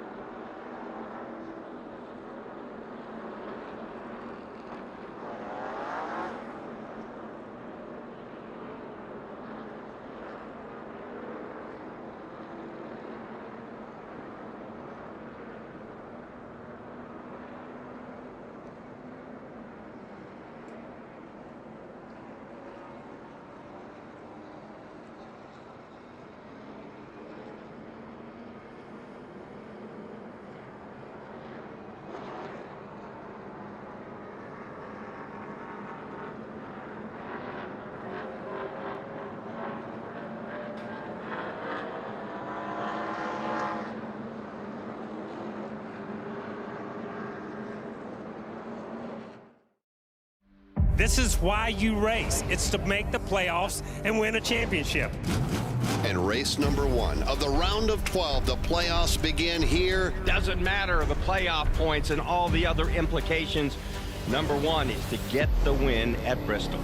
You're not going to find a racetrack, a facility like this. These playoff teams are putting a lot of pressure on today's race. Who can start their championship hopes on the right foot? The playoffs are underway. Time to lay a foundation for a championship Friday night under the lights. Bristol, Tennessee. We're on the air, CW. NASCAR Countdown Live, 7 p.m. Eastern Time. You look at the round of 12. You got Bristol. You've got Kansas, 1.5 miles, and you wrap things up with a wild card on the road course, the Roval at Charlotte Motor Speedway. But before we get to the postseason business to finish here, ending the regular season, Connor Zilisch has the lead. As we finish things out in St. Louis, going to be inside of 20 laps to go.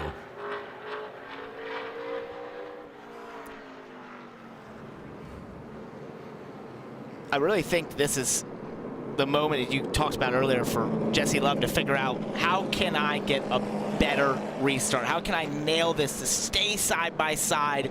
And if you can stay side by side off of 2, use the side draft down into 3. We've seen people do that. And how aggressive do you want to drive off into 3? Usually the outside has a bit of leverage, but if late in the race you want to use the fender a little bit, it's on offer. What do you have for us, Kim?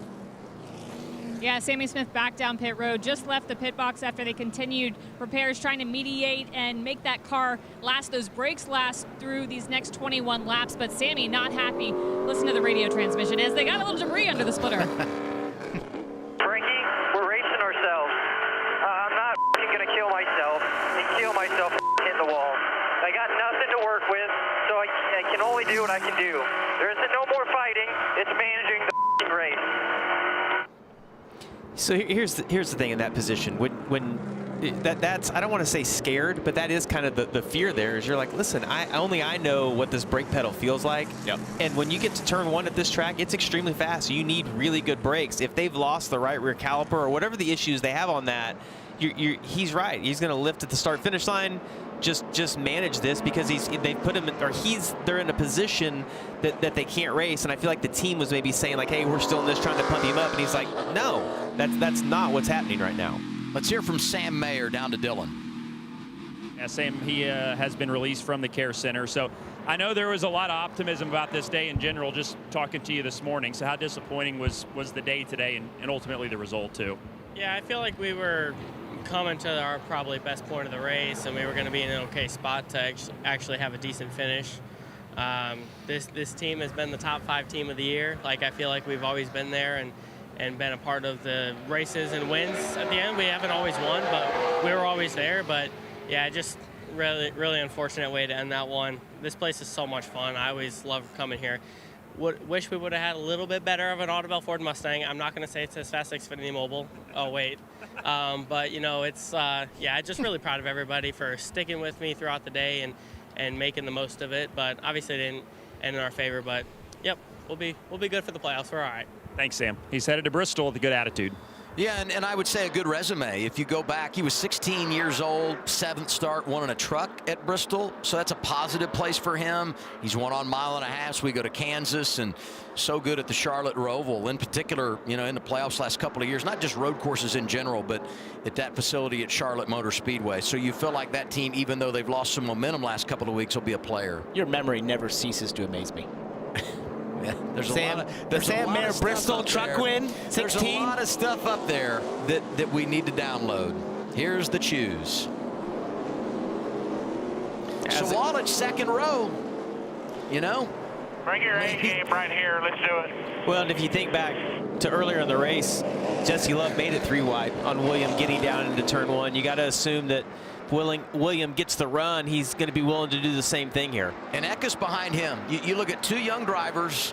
They got a win to get in, and they can see the front. And if you had told them beginning this weekend you're going to be in this position, they said, you know what? After the year I've had, I'll take it. That's right. Absolutely. But having said all of that, the control vehicle is the other rookie. I was going to say. Dominated this night, dominated the season, and he's going to try to best his best friend on another restart here, and we'll get it with 18 laps to go. The key for Connor is to try and clear these cars and get away, but being on that outside, it can leave him vulnerable to cars being overly aggressive, getting into his door, knocking him up the racetrack. Well, and he's going to have to change up the restart. You can't do the same thing you did on the last restart. You got to change it up and hope that Jesse doesn't time it out or guess it right, or does he get the push he needs from William Sawalich being behind him right here? Started on the pole, has led over 100 laps, won the opening stage. Can he finish the deal? Zilich outside of Love. We're green again in St. Louis. Way better start by Jesse Love, but look at William Sawalich. 3 wide. 18 not afraid. Eckes there as well. Zilich gets away with the lead off of turn 2. Almirola making it happen for second. Say, I think the 19 might have the best run of anybody heading down the backstretch. See if he can do anything with him when they get to turn 3. Jesse Love swallowed up there through the middle. He's going to lose a host of positions down into turn 3. Look at the 19 trying to sneak to the inside of the 88 right here with the front. Caution again. Debris, you see it right there. Oh, Clements hit it. He found it. Almirola's just been kind of laying in the weeds all night long. Yeah, but honestly, that front row inside's almost a sitting duck. Like, we haven't really seen anybody be able to I mean, as much as we want to see a race down in turn 1, that inside of the front row just cannot get the momentum that they need, and it's almost like the guy in third can get to their inside, or if you're in second, you need to choose the outside, you know, and choose behind the leader. Sawalich probably going to be in the same situation on the next restart that he was on this last one. And, you know, maybe he learned something there that will help him. And there's that debris. It's like everybody's, you know, going. No. That's when you need the GPS to alert you that you know, there's an object in the road. Yeah, Waze, yeah.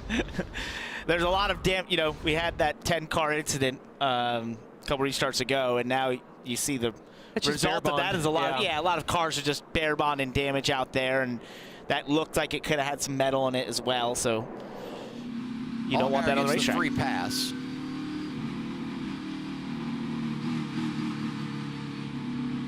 Where you need to be right there, dude.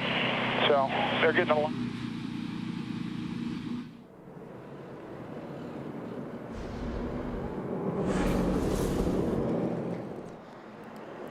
So this was a way better restart by Jesse Love. He stays far closer to Connor Zilich, but as you mentioned, Jamie, Sawalich just gets that run down into 1. He sticks it 3 wide. This puts Jesse Love in a really awkward position and allows Zilich to get away. The outside has all the momentum, and it just seems like from here, the bottom just doesn't work, and Sawalich is going to net out basically in the same position, minus 1 spot than he started. And what you have to remember is without a doubt, those spotters for Connor and Jesse Love, they had to tell them there's going to be some desperation behind you. Yeah, that kid has to win in order to get in. So that's in the back of your mind too. So when they split you 3 wide, you know that, you know, his whole season's riding on possibly coming out with the lead on this restart. So you're going to have to get him room or get wrecked.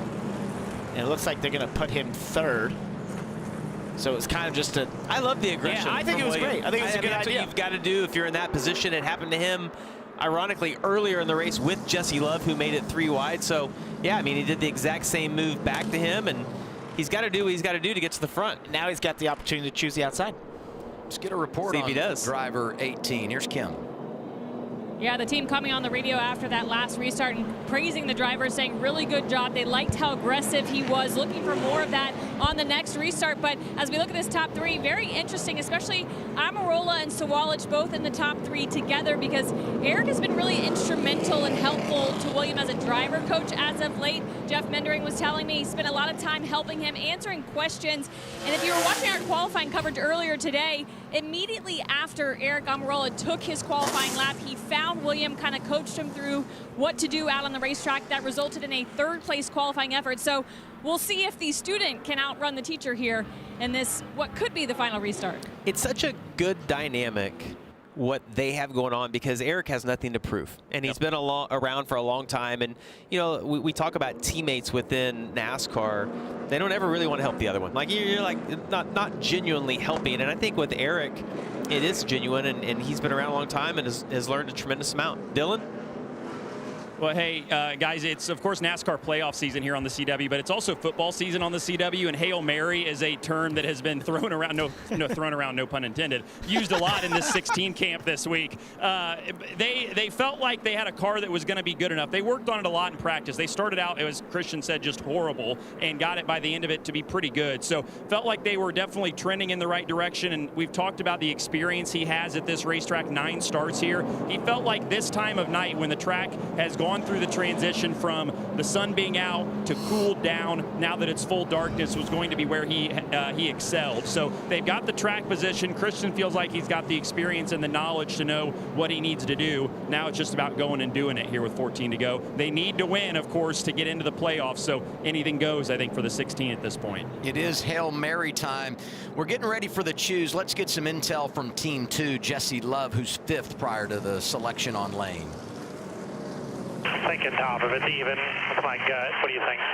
You're not making it happen if you restart on the top. That's my line thing, you know? Yeah, I mean, if you want to be the aggressor, let's go bottom. I do agree with that.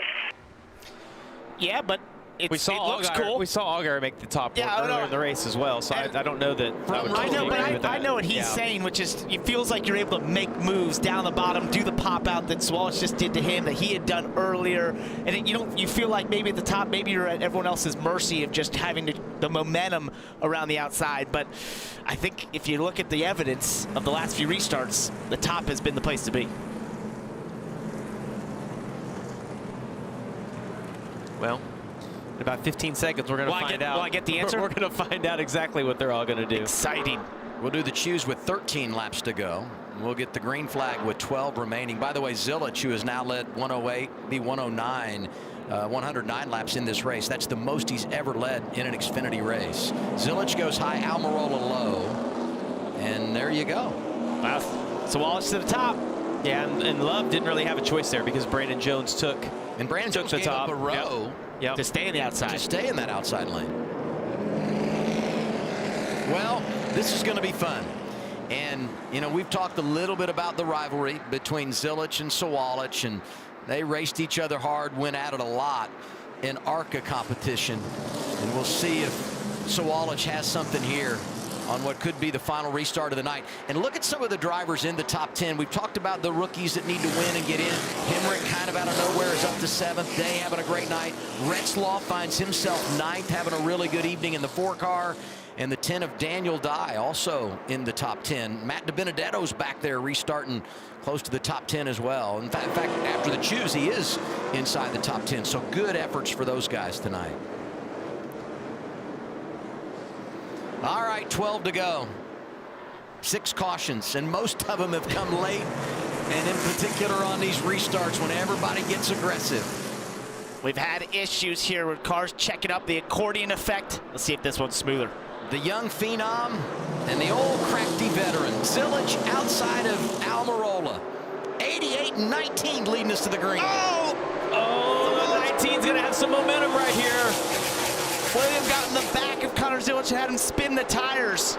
Connor drove in really deep. We'll see if he's able to make it stick. You see the 19 going to get a little bit of momentum, but down the backstretch. Look at JD coming inside lane. Zilich nearly got in the wall. 3 wide for 2nd. That's Sawalich in the outside coming for the runner-up spot. Wow, the momentum of that outside lane. So good down the backstretch. It's like he overdrove it a little bit. Jesse loves the inside, but he's going to clear them. They're now 3 wide back there. Look at Eckes coming to the inside. Look at all those Joe Gibbs Racing Toyotas there for position. 11 laps to go. Well, and you guys talked about Brandon Jones, you know, giving up a row to be on the outside. The outside has just been the place to be on these restarts, especially if you can survive turns 1 and 2. And for William Sawalich now, it's setting his sights and trying to catch the 88 car. If he wants to make the playoffs, he's going to have to get there.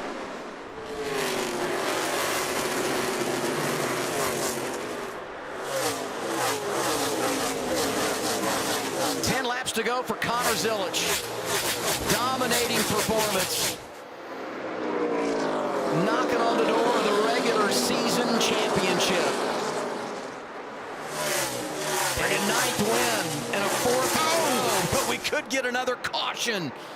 Another car we see be able to make that outside work. Brandon Jones rolled in on the outside. All clear, all clear, all clear, all clear. Eckes sailed it in there deep. That worked great for him. He's got it in front of him. That was awesome. What a move by Christian Eckes. And this is the performances we thought we'd see more often this season. It's been such a tough season for Christian Eckes and that Colleague Racing team. They've just not been able to have the finishes. They've had tons of bad luck, and now in a top 3 position here late. Go back and take a look. This restart looks to me, I don't know if the 18 actually got into the 88. Like all those guys a little bit, but you see Zilic, they've thrown everything at him today, and he's been able to come out on top on all these restarts. He's done an exceptional job. Oh, that was hard contact for Corey Day. He's 9th right now. That's part of the learning experience, following cars 2x2, dirty air, restarts like that. You've got to know where that car is going to take off when it loses that air on the nose like it did there. You just hope that Day can hold it together and get that first career top 10. How much fun is this? You got 2 guys following Connor Zilic that if they win, they're going to make it into the playoffs. Both of those guys hoping for another caution and another shot at it. But I think what a race for these 2 guys to put themselves in that position with 8 laps to go. And you have to think that William Sawalich, Christian Eckes are driving right now for everything they have got, knowing what's on offer just up there. If you can get to that white 88 that's dominated the summer portion this season, you could have a trip to the playoffs and go fight for a championship. Top 4 were rookies last week at Portland, 5 of the top 6. Top 3 rookies tonight with what will be 6 laps remaining in St. Louis. And if you're William Sawalich in 2nd, kind of maintaining lap time, running that part of the track, do you move around, try to search around, see if you can find some more grip? The lap times are as fast as we've seen all night, the track cooling down. And one thing I'd be doing if I'm William Sawalich, be messing with that brake bias. Everything you've learned tonight about the long run, how can you keep speed and potential in that race car? Do you need to move the bias? You got some left in the tank. Coming back to 5 to go. Right, that's meaning just have something left in that car, especially if you could get a restart here, but also just do what you can to make sure that car is as fast as it can be as we get later here. Try and keep the heat out of the front tires, keep the speed in it. Great veteran on the pit box, Jeff Mendering, leading 18-year-old William Sawalich. His career best last week at Portland when he was a runner-up to the guy he trails right now, Connor Zilic. Eckes' fastest car on the track that last lap. The guy in 3rd right there, number 16. I don't think he has enough time, though, to get there at the pace he's running right now. And I look at that 16, and I think about the drama in a regular season finale when A.J. Allmendinger got it done at Bristol and picked up the crown. 4 laps to go for Zilic. If you're Swalich's team, you're seeing the line that Christian Eckes is running down there in 3 and 4. He's been going up a little bit more. Looks like Williams tried that down in 1 and 2 to maybe get a better run off of 2. But Christian's been really aggressive, being higher up in 3 and 4. You've got to be giving him that information to probably apply it for him. Yeah, those first 2 cars, Zilic and Sawalich, just matching lap time for lap time. Almost identical lap times the last 3 or 4 laps. Eckes, again, just a little bit quicker that last lap. But it's going to run out of time. More good clean with there. 3 to go, and now if you're Zilic, you're like, I've got an advantage, just get me back to that white flag. Totally. I don't have any more restarts. That would be a worst case scenario for him in this situation. And if you're these 2, you'd love a restart. Yo, they are going to need a restart. Yeah, without a doubt. One more time. Give me one more shot at it.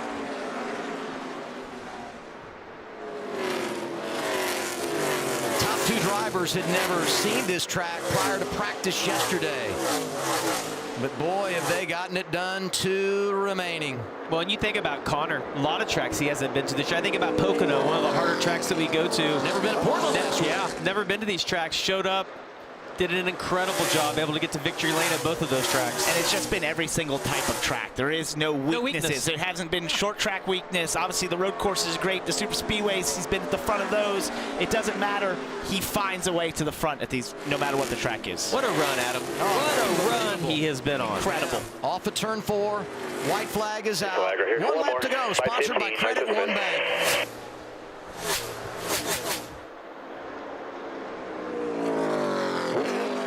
Nice and easy through turns 1 and 2 and a final drive down the back straightaway. What a rookie campaign for CZ. Going to win the regular season championship. 9 victories. That's the most ever by a rookie. And an exclamation point here tonight. Connor Zilisch wins at St. Louis. It's his 4th victory in a row.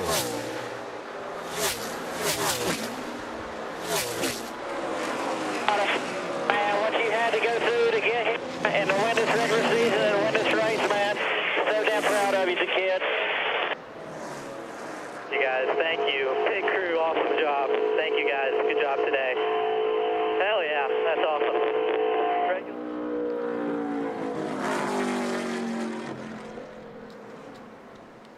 Connor Zilisch gets the victory, the regular season crown.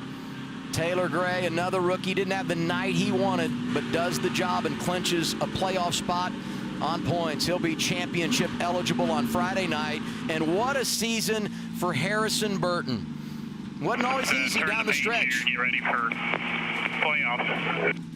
Wasn't easy down the stretch of the regular season for driver 25, but AM Racing, he has taken to a whole new level. And Harrison Burton. Oh my. Watch out. Teddy, the cameraman there, just got a really good call. Last time a driver won 4 in a row in the Xfinity Series, 2022, Noah Gregson. He was also driving for Junior Motorsports. 3rd time a driver has won 4 in a row in Xfinity Series history, and this marks his 14th consecutive top 5 finish. That's the 2nd best all time.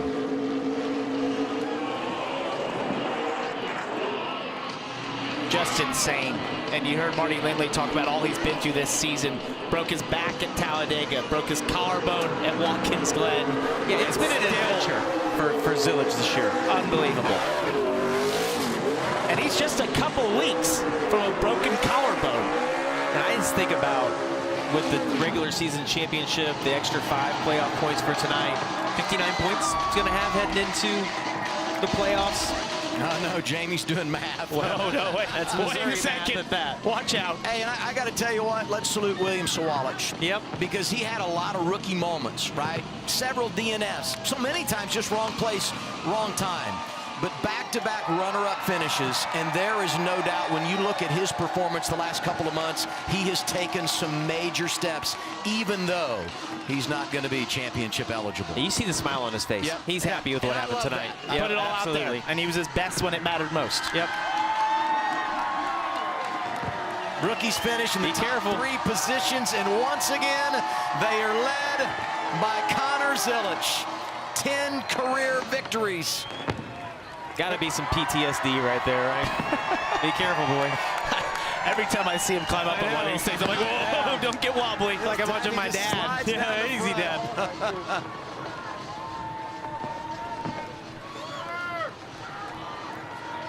Let's join the celebration. Here's Kim Kuhn.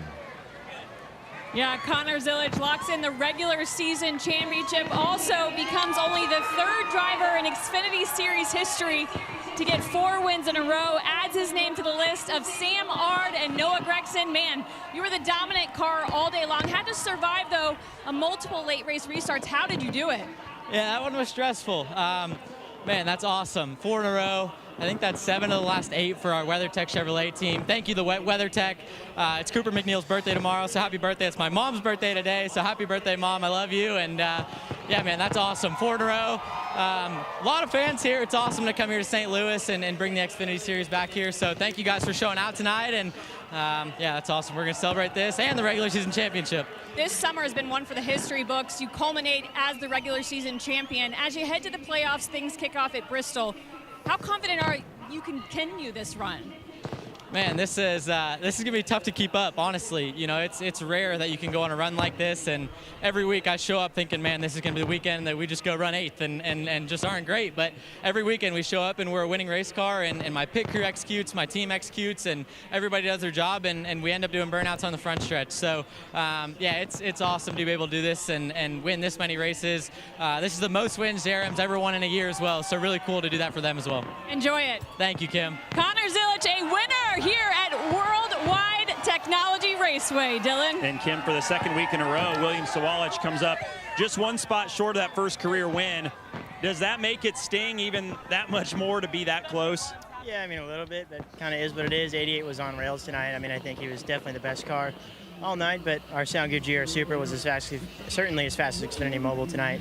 I mean, didn't make the playoffs, but we certainly gave them a run for their money. Aggressive all night, had good long run speed, short run speed, whatever you want to say, but proud of the boys to bring me a good car, and you know, there's always next year. Your progression the last month or so, but just this whole year has been something that we've all witnessed and seen. To even be in this position, what does that say just about your resilience and the resilience of this team too, to even be in this spot? Yeah, I mean, obviously never give up. That's never what you want to do. You just want to keep battling and putting in the hard work, studying, learning, like I've been doing, simulator, reviewing footage, whatever it is. I'm just trying to do what I can do to get better for the guys. All right, that first win is right around the corner, it seems like, for William Sawalich. Valiant effort, but comes up just a spot short. Two words come to mind when I look at William Sawalich: playoff spoiler. Yeah. Because he's running great right now. You know, when the season began, Marty Lindley said to his rookie driver, why don't you write down your goals? How many wins you think you'll get? Connor said, 4? I think it's all working out. Beyond even his wildest dreams. 9th victory comes tonight at St. Louis. He's the regular season champion. Look out! Here comes 88. He's done it again.